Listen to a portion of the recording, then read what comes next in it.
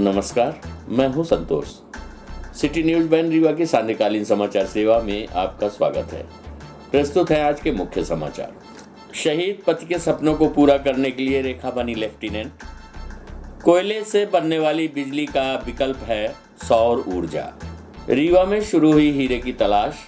खबरें अब विस्तार से। शहीद पति के सपनों को पूरा करने के लिए रेखा बनी लेफ्टिनेंट। शहीद की पत्नी के जज्बे को सलाम। जिले की ही नहीं पूरे देश की लाडली बनी रेखा। आपको बता दें कि बिंद की भूमि वीरों और शहीदों की भूमि है। यहाँ की माटी में जन्म लेने वाले कई वीरों ने देश के लिए अपने प्राण न्यौछावर किए हैं। इन्हीं में शामिल है रीवा जिले के फरेदा गांव के लांस नायक स्वर्गीय दीपक सिंह। दीपक ने भारतीय सेना के जाबाज सैनिक के रूप में 15 जून 2020 में लद्दाख के गलवान घाटी में चीनी सैनिकों के धोखे से किए गए हमले में जोरदार मुकाबला किया। उन्होंने चीनी सैनिकों के साथ कड़ा मुकाबला करते हुए अपने साथियों के साथ चीनी सेना को पीछे हटने के लिए मजबूर कर दिया। लेकिन इस संघर्ष में दीपक सिंह मातृभूमि की रक्षा करते हुए शहीद हो गए थे। उनकी शहादत की खबर रीवा पहुंचने पर उनके परिवार के सदस्यों के साथ पत्नी रेखा पर तो जैसे वज्रपात हो गया हो। विवाह के केवल 15 माह के बाद ही रेखा ने पति को खो दिया। दीपक सिंह को मरणोपरांत वीर चक्र से सम्मानित किया गया। प्रदेश के मुख्यमंत्री श्री शिवराज सिंह चौहान ने शहीद के परिजन को 1 करोड़ रुपए की सहायता राशि भी प्रदान की थी। रेखा सिंह के जीवन पर तो जैसे मुसीबतों का पहाड़ टूट पड़ा। जिस उम्र में नवविवाहित युवतियां वैवाहिक जीवन के मधुर सपनों में खोई रहती हैं, उस उम्र में उन्हें अपने पति को खोना पड़ा। विवाह से पहले रेखा सिंह जवाहर नवोदय विद्यालय सिरमौर में शिक्षिका के रूप में कार्य कर रही थी। उच्च शिक्षित रेखा के मन में शिक्षक बनकर समाज सेवा करने के सपने थे। विवाह के बाद उनके पति दीपक सिंह ने रेखा को अधिकारी बनने के लिए प्रेरित किया। रेखा सिंह ने अपने पति की मृत्यु के बाद उनके सपने को पूरा करने का संकल्प लिया। उनके मायके और ससुराल के परिवारजनों ने उन्हें पूरा सहयोग किया। रेखा सिंह को मध्य प्रदेश शासन की ओर से शिक्षा कर्मी वर्ग 2 पर नियुक्ति दी गई थी। उन्होंने पूरी जिम्मेदारी के साथ अपने शिक्षकीय दायित्व को निभाया, लेकिन उनके मन में सेना में जाने की इच्छा लगातार बलवती होती रही। रेखा सिंह को रीवा जिला प्रशासन तथा जिला सैनिक कल्याण कार्यालय में सेना में चयन के संबंध में उचित मार्गदर्शन और संवेदनशीलता से सहयोग दिया गया। रेखा सिंह ने बताया कि जब कोई नवविवाहिता किसी कारणवश अपने पति को खो देती है तो परिवार और समाज उस बेटी के भविष्य को लेकर अनेक प्रश्न चिन्ह लगाता है। साथ ही तरह तरह के लांछन लगाकर भविष्य के आगे बढ़ने के सभी मार्ग बंद कर देने का प्रयास करते हैं। मैं ऐसे व्यक्तियों का मुंह बंद करने और अपनी बहनों को हौसला देने के लिए सेना में शामिल हुई हूँ। मुझे उचित मार्गदर्शन मिला। मैंने नोएडा जाकर सेना में भर्ती होने के लिए प्रवेश परीक्षा की तैयारियां की, साथ ही प्रशिक्षण लिया। रीवा में मैंने फिजिकल ट्रेनिंग ली। अपने प्रथम प्रयास में मुझे सफलता नहीं मिली, लेकिन दूसरे प्रयास में मेरा चयन भारतीय सेना में लेफ्टिनेंट के पद पर हुआ। आइए सुनते हैं रेखा सिंह से प्राप्त जानकारी के अंश। मेरा नाम रेखा सिंह है। मैं शहीद दीपक सिंह वीर चक्र की वाइफ हूँ।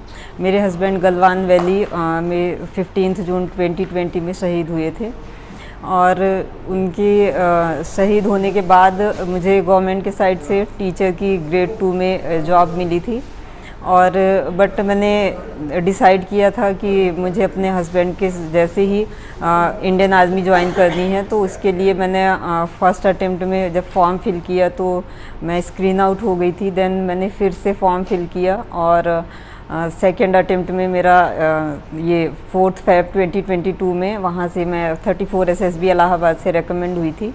ये चेन्नई में रिपोर्टिंग है और उसके बाद फिर मुझे वहाँ 11 मंथ की लेफ्टिनेंट पोस्ट, मेरी फर्स्ट ज्वाइनिंग जो है वो लेफ्टिनेंट के लिए होगी आफ्टर 1 ईयर, जब मेरी ट्रेनिंग कंप्लीट हो जाएगी। और जो भी मेरा वर्क था और जो भी गवर्नमेंट के साइड से हेल्प थी तो जिला सैनिक कल्याण बोर्ड की मैम और जो कलेक्टर सर थे उन सब ने मेरी बहुत हेल्प की। एक्चुअली मेरा मेन मोटिव यही था कि मैं अपने हस्बैंड्स के फुट स्टेप्स को फॉलो करना चाहती थी और मेरे हस्बैंड का ड्रीम था कि मैं टीचर, एक्चुअली मेरा हमेशा मैं टीचर बनने का ही बोलती थी, तो वो चाहते थे कि मैं ऑफिसर बनूं। तो इसलिए मैंने सोचा कि उनका जो ड्रीम है वो मैं कंप्लीट करूं। और अदर लेडीज़ जैसे हमारे एरिया में यदि कोई न्यूली मैरिड लड़की के साथ ऐसी चीज़ें होती हैं तो सोसाइटी में बहुत सारी बातें होती हैं और उसकी वजह से जो गर्ल्स होती हैं वो बहुत डिमोटिवेटेड हो जाती हैं और बहुत ज़्यादा उनको मतलब आगे अपना फ्यूचर जो है वो उसके लिए वो सोच नहीं पाती हैं। तो मैंने मतलब यदि मैं ऐसा कुछ करूँगी तो अदर जो लेडीज़ हैं, गर्ल्स हैं, सबको मोटिवेशन भी मिलेगा। तो मेरा बस यही एक एम था कि अपने हस्बैंड्स के फुट स्टेप्स फॉलो करूं, और जो भी सोसाइटी में मेरे बारे में जो भी लोग बातें करते थे तो मैं उनके जो माउथ है उसको शट करवा सकूं। बस मेरा यही एम था। कोयले से बनने वाली बिजली का विकल्प है सौर ऊर्जा। देश में इन दिनों कोयले का अकाल पड़ता जा रहा है। कोयले से संचालित होने वाले संसाधन एवं व्यापार की रफ्तार धीमी पड़ रही है। आपको बता दें कि देश में हालत ये है कि कई ट्रेनें निरस्त करनी पड़ रही हैं, फिर भी समस्या का समाधान निकलता नजर नहीं आ रहा है। ऐसे में सौर ऊर्जा कभी न खत्म होने वाले एक बेहतर विकल्प के रूप में उभरा है। बता दें कि मध्य प्रदेश में अब तो कई सोलर पावर प्लांट लगने की नींव पड़ रही है, लेकिन रीवा के गुड़ स्थित बदवार पहाड़ में 4,500 करोड़ की कीमत से बने 750 मेगावाट क्षमता वाला सोलर प्लांट, जो उन दिनों एशिया का इकलौता था, आज वरदान साबित हो रहा है। 2018 में देश के प्रधानमंत्री नरेंद्र मोदी ने गुड़ स्थित सोलर पावर प्लांट का उद्घाटन किया था। आज देश की राजधानी दिल्ली के मेट्रो को 22% बिजली आपूर्ति यहीं से होती है।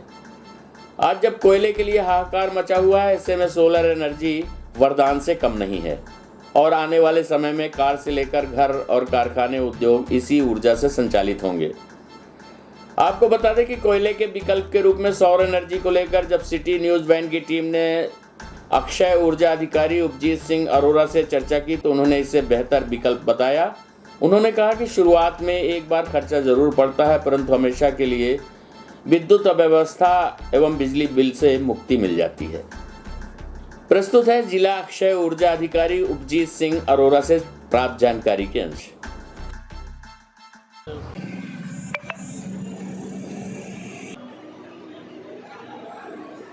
लोग देखते हैं अभी क्या स्थिति, आने वाले समय में कैसी क्या चीज़ें रहेगी इस वीडियो में? देखिए, आने वाले समय में हम लोग बहुत ज़्यादा सौर ऊर्जा पे डिपेंडेंट होने वाले हैं, और इसलिए शासन ने भी अब आज ही कैबिनेट का मेरे पास वो आया है डिटेल कि कैबिनेट ने 1250 मेगावाट के लिए स्वीकृति दी है कि वो 1250 मेगावाट सोलर से जनरेट करेंगे।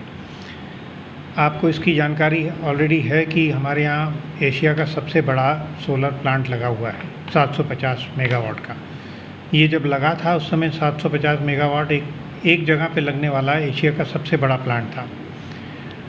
इससे जो जनरेट हो रही है ऊर्जा, उसको हम लोग दिल्ली तक पहुंचा रहे हैं। दिल्ली में सोलर मेट्रो जो योजना है उसमें भी इसका उपयोग हो रहा है। बाकी जो खपत है वो हमारे डिपार्टमेंट को मिल रही है। डिपार्टमेंट मतलब विद्युत विभाग को मिल रही है। तो आने वाले समय में हम लोग प्लान ये कर रहे हैं कि लगभग प्रत्येक घर पे, प्रत्येक छत के ऊपर ये सिस्टम पहुँचे।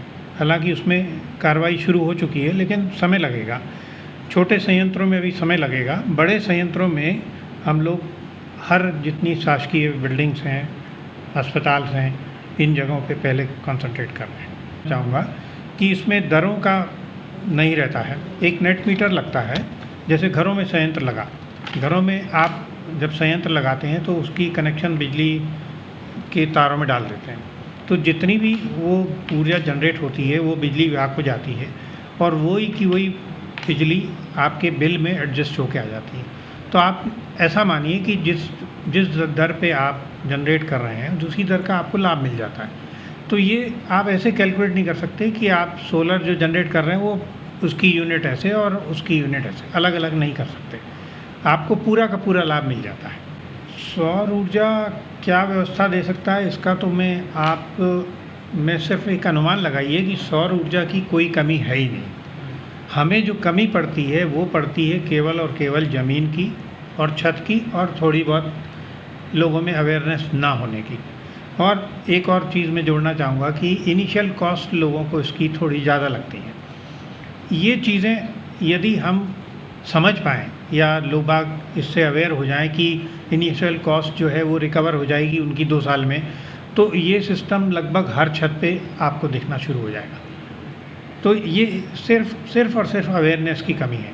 बड़े संयंत्रों के लिए हमें ज़मीन की बहुत ज़्यादा ज़रूरत होती है, और ज़मीन की ज़रूरत के लिए हम शासन से मांगते हैं कि हमें कोई एक बड़ा पैच हेक्टेयर्स में मिल जाए तो हम वहाँ पे प्लांट लगा दें। अभी सर जैसे देव तालाब में भी शायद लगाने वाले हैं। देव तालाब में हमें करीबन 560 हेक्टेयर भूमि मिल गई है। हमारी ज़रूरत 1000 की है। कोशिश कलेक्टर साहब ये कर रहे हैं कि और जल्दी से जल्दी आसपास के जुड़े डिस्ट्रिक्ट में या जुड़ी जगह में वो मिल जाए। जैसे ही हमारे को 1000 हेक्टेयर मिल जाएगा, हम 500 मेगावाट का प्लांट लगाने को सब लोग तैयार हैं, लेकिन ज़मीन थोड़ी सी हमें ये एक परेशानी वाला मामला रहता है। रीवा में भी अब हीरे की तलाश के लिए कवायद शुरू कर दी गई है। शुरुआती दौर में सुहागी, मझगवां और पूर्वा डायमंड ब्लॉक से हो रही है तलाश। आपको बता दें कि इस संबंध में कंपोजिट लाइसेंस के लिए directorate of geology and mining ने टेंडर जारी कर दिया है। टेंडर फ्लोर में आते ही सभी तरह की अटकलों पर विराम लग गया। रीवा अब देश भर में डायमंड ब्लॉक की श्रेणी में जुड़ने जा रहा है। हम आपको बता दें कि रीवा की धरती के नीचे कई खनिज दफन हैं। रीवा के 2 ब्लॉक में करीब 560 हेक्टेयर को डायमंड के रूप में चिन्हित किया गया है। क्षेत्र में हीरे की संभावनाएं हैं। इसी क्षेत्र में सरकार हीरा की खोज करने की तैयारी में थी।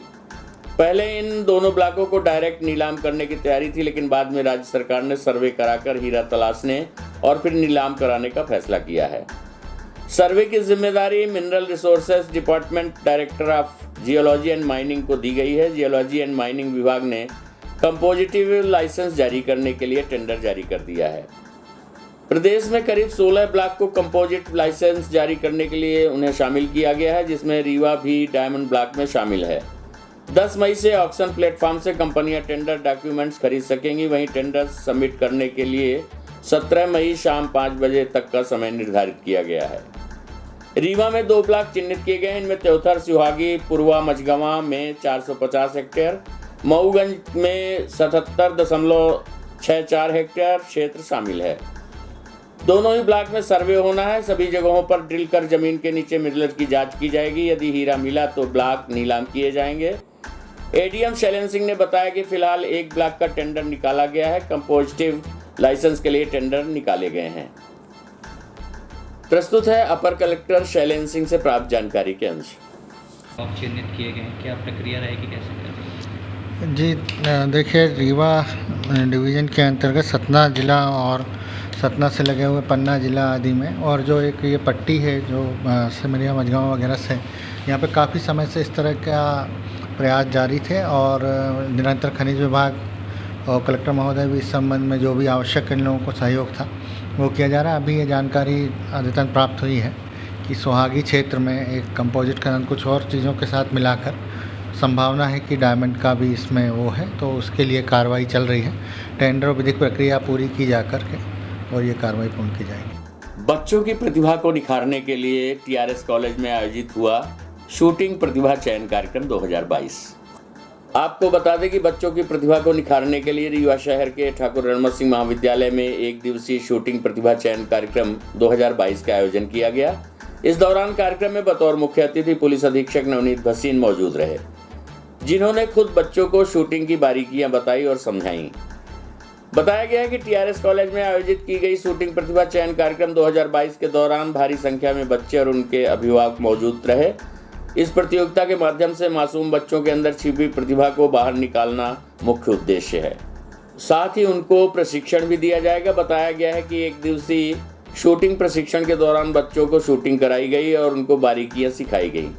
पुलिस अधीक्षक नवनीत भसीन ने कहा कि इस तरह की प्रशिक्षण से बच्चों का मनोबल बढ़ता है और उनसे उनकी मानसिक स्थिति का विकास होता है। साथ ही उनके अंदर छुपी हुई प्रतिभा भी बाहर निकल कर आती है और बच्चे फिर राष्ट्रीय स्तर तक अपना नाम रोशन करते हैं। प्रस्तुत है संगठन के पदाधिकारी सहित एसपी नवनीत भसीन से प्राप्त जानकारी के अंश। ताकि आप देख रहे हैं कि आजकल विभिन्न खेलों में काफ़ी उत्कृष्ट प्रदर्शन हमारे बच्चे कर रहे हैं और शुरुआती दौर से ही उनको किसी विशेष खेल में कैसे ट्रेन किया जाए, उनकी अभिरुचि जानकर उस खेल में उनको और अधिक उन्नत प्रशिक्षण दिया जाए, इस क्रम में ये कार्यक्रम आज यहाँ रखा गया है और इतनी बड़ी संख्या में बच्चे आए हैं। और विशेष बात यह है, ये ऊर्जावान बच्चे तो आए हैं, साथ में इनके पेरेंट्स भी इस बात का एहसास कर रहे हैं कि खेलों का महत्व कितना अधिक है जीवन में, और उसको देखते हुए ये कार्यक्रम काफ़ी सफलतापूर्वक यहाँ पर आयोजित किया जा रहा है। इतना नहीं है, ये स्टेट शूटिंग एकेडमी की टैलेंट सर्च है। हमारे भोपाल से एक्सपर्ट्स आए हैं, वैभव आए हैं, राजवर्धन आए हैं, सिकदर जी आए हैं, अपराजिता आई हुई है।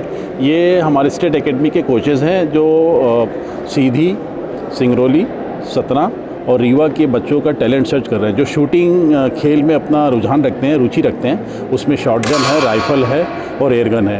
ये तीनों खेल में जो रुचि रखते हैं उन बच्चों का यहाँ पे इनका ट्रायल लिया जा रहा है, और जो बच्चा इसमें उनको प्रतिभाशाली लगेगा हमारे प्रशिक्षकों को, वो फिर दूसरे चरण के लिए भोपाल में बुला के फिर इनका ट्रायल लेंगे। इन बच्चों का चयन हो जाएगा एकेडमी में, तो किस तरीके से सुविधाएं? जी, ये शासन की पूरा पैकेज है। बहुत सारी हमारी एकेडमीज चल रही है कई, उसमें ये भी राज्य शूटिंग एकेडमी है, जिसमें अगर बच्चा अंतिम चयन हो जाता है तो उसकी शिक्षा की जवाबदारी, खेल की जवाबदारी और उसके रहने और खाने की जवाबदारी, अगर वो प्लेयर पूरे टूर्नामेंट में खेलने जाता है तो समस्त व्यय शासन उठाएगी। रीवा में हाका अभियान के दौरान की गई वाहनों की जांच पड़ताल, संदिग्धों को भी पकड़ा, जारी है पूछताछ।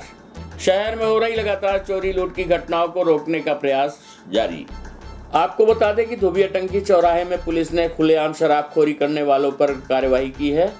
पुलिस अधीक्षक नवनीत भसीन के निर्देशन पर एडिशनल एसपी शिव कुमार वर्मा के मार्गदर्शन में डीएसपी यातायात मनोज शर्मा के साथ बिछिया, सिटी कोतवाली एवं अमहिया एवं सिविल लाइन पुलिस के संयुक्त हाका अभियान चलाया गया। देर रात तक चले इस अभियान के दौरान कड़ी कार्यवाही भी की गई। इस दौरान शराब पीकर वाहन चलाने वालों सहित जगह जगह सड़क किनारे शराबखोरी करने वालों पर पुलिस ने कार्रवाई की।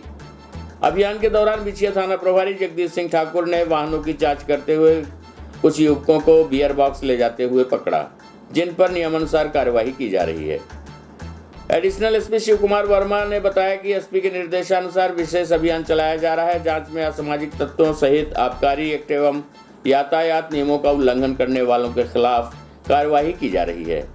वहीं शहर में निकाले गए हाका अभियान के दौरान विभिन्न चौराहों में खड़े युवकों सहित उनके वाहनों की भी तलाशी ली गई। इस दौरान बिछिया थाना प्रभारी जगदीश सिंह ठाकुर, सिटी कोतवाली थाना प्रभारी आदित्य प्रताप सिंह, अमहिया थाना प्रभारी शिवा अग्रवाल, सिविल लाइन थाना प्रभारी जितेंद्र नाथ शर्मा अपने दल बल के साथ थाना क्षेत्र के अलग अलग इलाकों पर भ्रमण करते हुए नजर आए।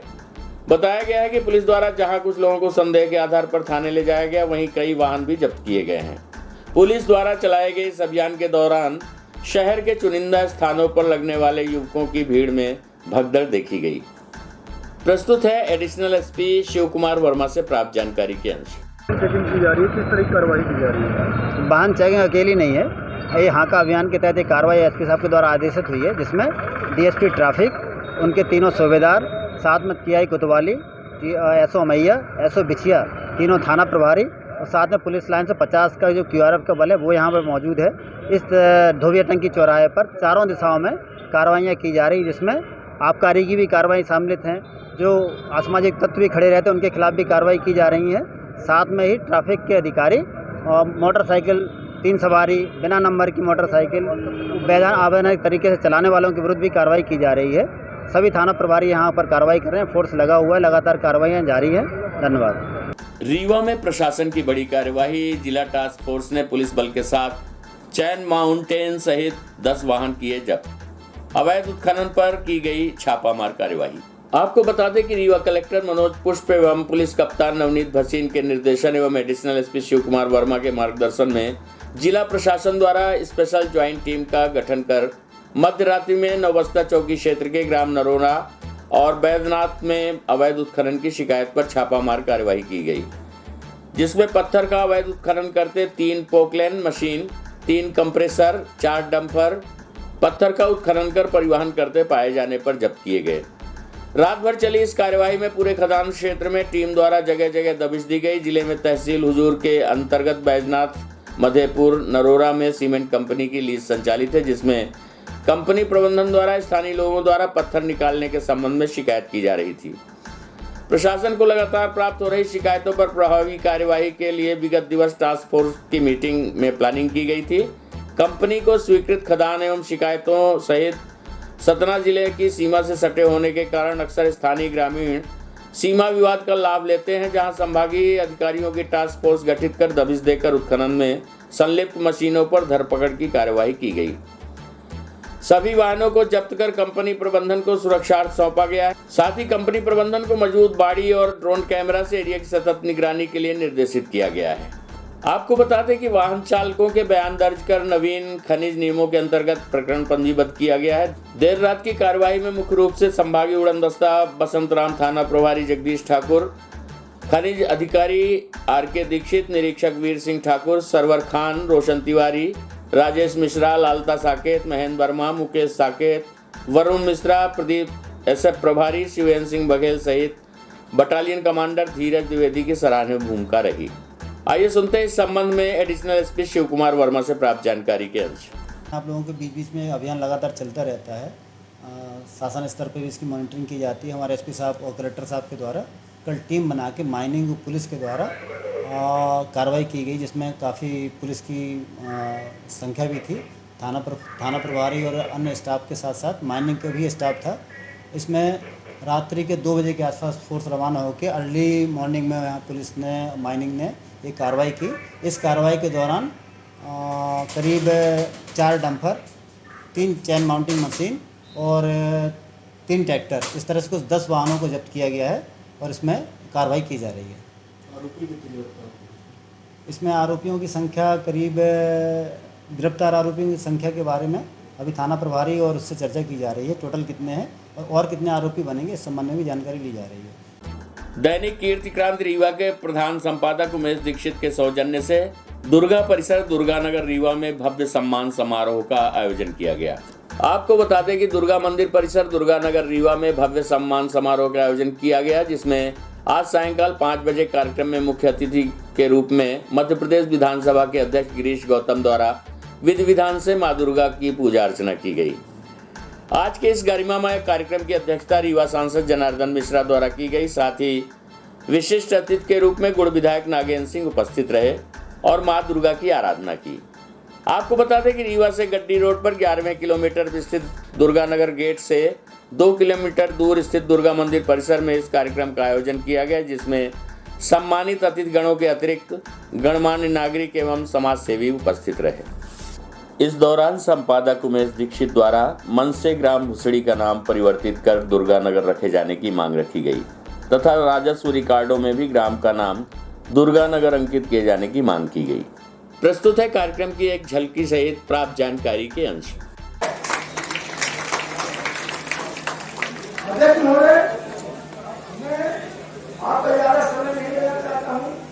लेकिन मैं ये चाहता हूँ कि आप अगर आज आप आशीर्वाद देंगे, आज ही नहीं, जो इस गांव की संतानें हैं, भविष्य की जितनी पीढ़ियां हैं, वो ये याद करके कहेंगी कि मानी गिरीश गौतम जी ने इस गांव का नाम दुर्गानगर किया था। इसलिए आपका नाम हम तो हरी हैं, हमारी जो संतानें हैं, आने वाली जो पीढ़ियां हैं, आस पास के जो गाँव के लोग हैं, उनकी संतानें हैं, वो हमेशा याद रखेगी कि भारतवर्ष में जिस तरह एक गाँव के लोग किसी अपने गाँव का नाम नहीं लेते थे, उसी तरह एक अध्यक्ष भी ऐसे थे जिन्होंने सार्वजनिक रूप से मंच में उसी गाँव में जाकर इस गाँव का नाम बदलने की दुर्गानगर करने की घोषणा की। इसको दुर्गानगर अब दुर्गानगर किया जाए और दिक्कत दूसरी है। इसमें नारायणगढ़ से है सांसद, विश्व स्तर पे वो नाम पहुंचा दिया तो लोकल स्तर पे नाम हटाना थोड़ा सा कठिन है। हमारे सांसद जी ने उस गांव के नाम को पूरे देश में फैला दिया, बड़ा ऊंचे तक चला गया। फिर भी मैं नागेंद्र सिंह जी से आग्रह करना चाहता कि विधानसभा में नियम प्रक्रिया है इसकी, वो कोई चीज ला करके विधानसभा में लाना है और हमारी जो क्षमता, हमारी जो शक्ति, उसके आधार पर उसको करने का प्रयास करूंगा। वैसे भी आप कह रहे थे कि जिला योजना समिति में शायद हम लोगों ने नाम का प्रस्ताव बदल दिया। पहले से ही जिला योजना समिति में हम सब बैठते थे, हम बैठते थे, शायद वो नाम चेंज हुआ है कि वो कहाँ रह गया, उसको हम देखते हैं कैसे हो। आज की खबरों में बस इतना ही। कल हम फिर मिलेंगे आपसे कुछ नई खबरों के साथ। तब तक के लिए हमें इजाजत दीजिए। नमस्कार।